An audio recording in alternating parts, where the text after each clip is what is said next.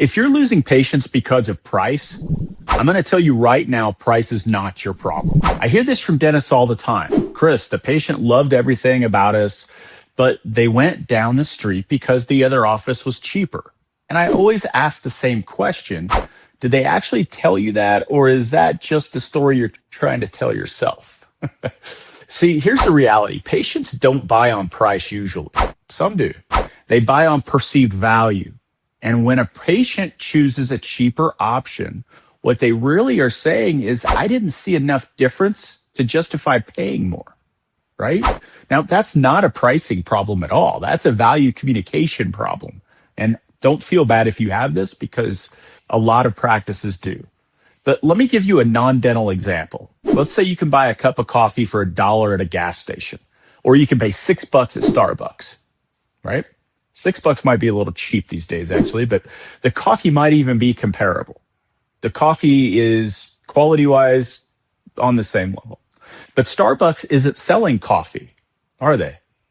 They're selling the experience, the consistency, the convenience, the way it makes you feel when you walk out with that cup, the crowd around you, how you look when you have a Starbucks cup in your hand versus a Circle K or whatever your local gas station is. And millions of people happily pay 6 times more for that every single day. Now think about your practice in this scenario. When a patient walks in, do they feel like they're getting the gas station experience or the Starbucks experience? Is your front desk creating an incredible first impression?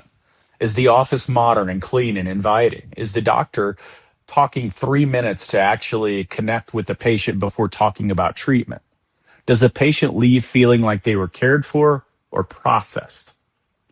Because here's what I've found. After doing this for over 17 years now, the practice that compete on prices are always stressed.